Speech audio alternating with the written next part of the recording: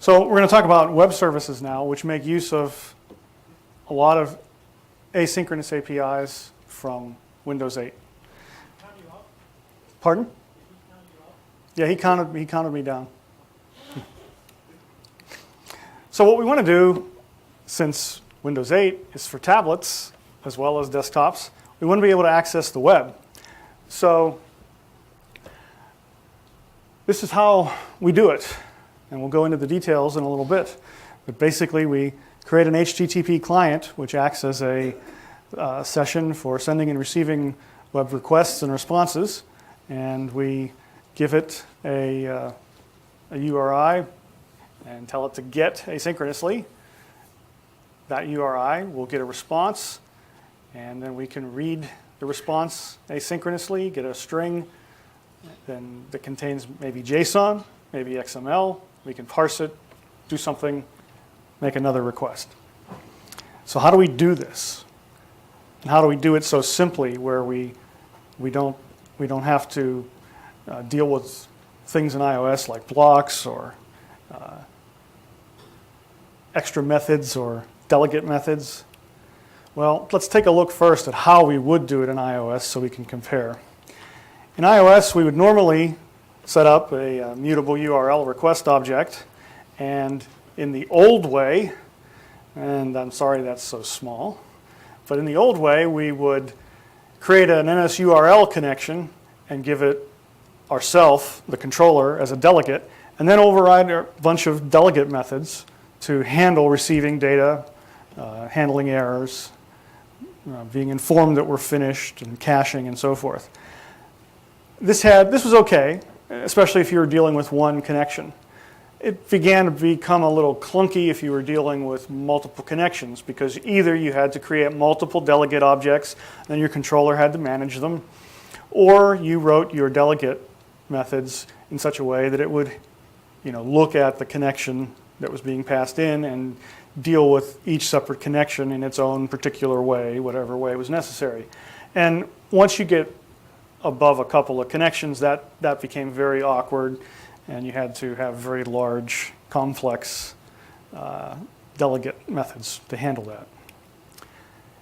In the new way, you would just make a request to Grand Central to asynchronously do your request, and then you would pass in a block for your completion handler. And that was much simpler, and that is much more akin to the way we do things now in Windows 8. You create an HTTP client object. It deals with HTTP request messages and HTTP response messages to send and receive the data. The response messages contain HTTP content objects, which encapsulates the HTTP headers and bodies of the message. And the nice thing is, HTTP client has its own pool of connections that it uses. You don't have to worry about the connection, so it takes care of the clunkiness of the original iOS way of dealing with things, and it leaves you with a very simple API for making requests. If you want to do an HTTP GET, you can call GET async. There are several different options for doing so. And likewise for the other HTTP methods, post, put, and delete, they all basically have the same signature, except of course they take HTTP content objects so that you can fill out the data that you want to send. There's also a generic HTTP request message or method that lets you build your own HTTP request message of whatever type you want, get, put, etc. So you can have a more generic bit of code. Finally, there are alternate ways to get your data. If you want to get it as an array of bytes or a stream or a string, you can make use of these alternate methods. So what are we passing back and forth? Well, with web services, we're probably either going to deal with JSON or XML. So I'm going to take a look at dealing with JSON right now. Then we'll go back and take a look at that XML code, because you're going to be looking at the XML code tomorrow in the exercises. So to parse JSON in Windows 8, there's one way we could do it, which is dealing with JSON objects. A JSON value object can encapsulate either a Boolean, a number, a string, an object, or an array. A JSON object is a collection of name-value pairs, the name being a string and the value being a JSON object. The JSON array is a collection of JSON values, and then, of course, there's a JSON error for when the inevitable happens. So here's a string, C# string, containing some JSON. Does anybody have any questions on this bit of C#? Because there's some things in there that look kind of suspiciously Objective-C-like, like the @ in front of the quotation marks. Is everyone okay with that or need an explanation of it? Pardon? Okay. The @ sign in C# in front of the quotes just means that this is a multi-line string. And then the places where you see two double quotes there in a row, that's just the way of escaping a double quote when you're inside that kind of string. So we have a JSON object in this string. It's basically an object that contains one name-value pair. The name is greeting. The value is an array. And the array has two elements, which are both objects that have one name-value pair within them. So it's fairly simple. Here's one way you could parse it with Windows 8 APIs. You can just call JSON values parse method. You get a JSON value back. That JSON value contains the object. From that, you can get a named array that's inside it called greeting. Then you can get the individual elements of that array and get their internal name strings word to get the internal values. So that's fine, yeah. Is that an NS dictionary you're describing? Is there anything like it or The question was that something like an NS dictionary, and can you get at it? Essentially, these are JSON value objects containing JSON objects or JSON arrays. So it's not a generic dictionary-like set of objects. But pardon? Is it similar to the definition of a keyword and the value? Yes, but yes, it's similar in concept, but it's not a generic dictionary though. But it's similar in concept because that's essentially what JSON is named value pairs in an object, and then you can have arrays of those. So, but you can, treat it. I mean, when you're writing code like this, you can treat it as if it, was a dictionary. It's very similar. However, you can also enumerate over an array to get its individual elements. So you can access the collections that way. But there's another way. It would be nice if, since we're writing code in C#, if we could actually deal with C# objects and just serialize them to and from JSON as needed, but when we deal with them in our code, use C# objects. So in order to serialize C# to JSON, let's assume we're planning a conference and we want to make our API for our conference sessions available to people to write their own schedule apps. So we're going to have a conference session class with a title, a room, a time, and a speaker, and we'll have a speaker class which has the speaker's name. Very simple. We use the data contract, which, has data contracts been covered yet? Okay, well, that will be covered and you will understand it, but for right now, let's just say that what we're doing is we're saying that we're going to have a contract that says there is this thing called session speaker that has this thing called name. The string name there is the name of the value, the name value pair that will appear in JSON. And the same thing with the conference session, those data members, title, room, time, and speaker, those are the actual names of the strings of the name value pairs in JSON. So this links up the C# object with the JSON object, and when we're making a contract, and that will be covered later on in another session, exactly what a contract is. But using those contracts, we can initialize our C# array, and so it has some data in it. And all we need to do is create a memory stream and use the data contract JSON serializer. And I thought that Objective-C and Cocoa had some long names. But you can create that serializer, tell it that it's dealing with a conference session array, and then you can just write that array to the memory stream using the write object method. And you've serialized your C# array of objects to JSON. And then the last 3 lines simply let you prove that. You go to the beginning of the stream, and you read the stream, and you send the result as a return value, which is a string containing the JSON values. Mm-hmm.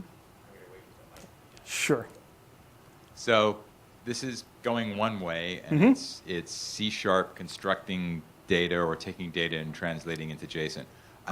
From your conversation, I'm assuming the opposite is true. Servers constructing something, the contract tells you this key means this, and it goes into this C# object? Well, actually, this could be the server code, because let's say the server is running this C# code. So it's going to make the sessions available to the web, so it's serializing those C# objects to JSON, which will be sent to the client. This is in a perfect world. Our server is Ruby on Rails, and it ain't shifting anytime soon. Okay, so yeah, that case doesn't apply to you, but this is serializing C# objects to JSON. And so if you needed to, let's say someone was making a conference app that was a little more fancy, and they were going to allow someone from their mobile device to edit, add or change conference sessions, then yes, you would use this to serialize your C# objects on your mobile device to ship them up to the server as JSON. Yeah, I was asking server end. So server end is putting JSON, and then you're coming down, and that same contract will take this JSON format and go, oh, this is how I shove it into a conference C# object. Yes. Or are you about to cover that? And we can do it the other way around too, and we're gonna cover that. You can do it both ways. That way you can serialize your C# objects to JSON, ship them over the web, whichever direction you're going, and then when you get a JSON string containing these conference objects, you can deserialize them into C# objects and do whatever you need to do. So that's what we're going to look at right next, is deserialization. And so we use the same data contract JSON serializer of the appropriate type, an array of conference sessions. And this time we get the bytes out of that JSON string using the proper encoding, and simply read those objects using the data contract JSON serializer into our C# array, and we're done. It's extremely simple. And it's similarly simple with XML, as we saw in the first slide, which I'm going to go back to so you can compare and contrast now with the JSON. Are there any questions first? Okay. Also, we're covering what Windows 8 provides. But just as with iOS, where you can go to GitHub and find many libraries of code that have been written that overlay on top of that provide more functionality or in different ways. I just wanted to mention that there is a library for JSON serialization and deserialization that it's a very high performance library, provides a lot of extra features that sits on top of this API that's called JSON.net. And so, look at CodePlex. This is up on CodePlex to find libraries to not reinvent the wheel. But I'm not going to go into detail on these things because we're just covering, Windows 8 APIs. But I wanted to make sure that you're aware that there is a community out there of open source developers that are providing these things. So we saw that JSON serialization. Here is that analogous XML that we looked at the beginning, where we do an X document parse, and we get the document as XML. And tomorrow, or whenever the labs are they tomorrow or are they this afternoon? Today will give them tomorrow. Okay, so when you have a chance to do the labs, you'll be doing an exercise where you'll be parsing the XML, and I'll show you an example of what that document or that application is going to look like. Not sure what's going to happen when I actually have to exit.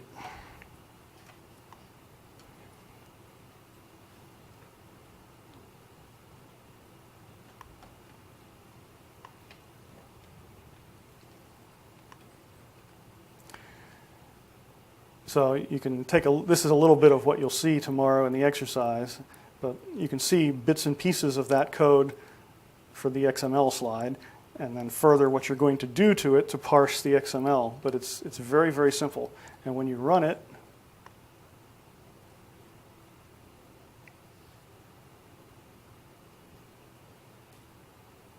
and of course it runs on the other screen.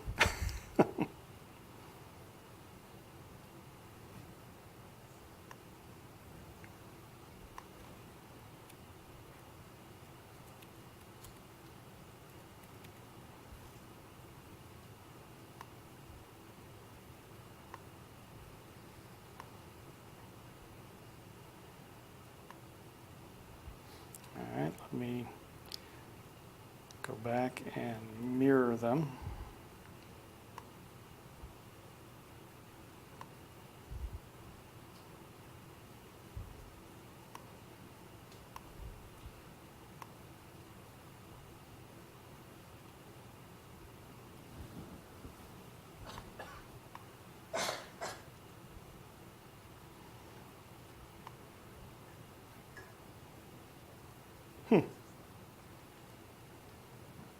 I can't get it to appear. Okay, well, that's it. At any rate, you'll see the app tomorrow when you do the exercise. Are there any questions? Just give him a separate mic. Just give me a mic, it's fine. Okay, so it was very nice. You talked about HTTP. Mm-hmm. Almost all of our access is HTTPS with authentication. Mm-hmm. How easy is that? Well, I can show you. Thank you.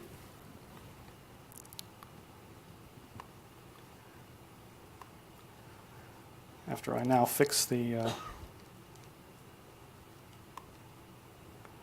fix what I did here.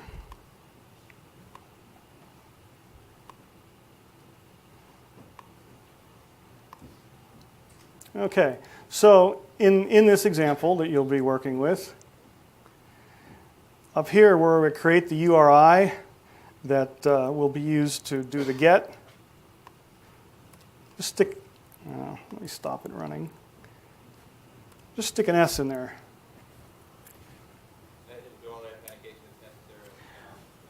Okay, if you're talking about doing OAuth and all that sort of thing, then no, you will have to do that. And again, look at things on Codeplex. People have written, libraries for various services and examples. Mm-hmm.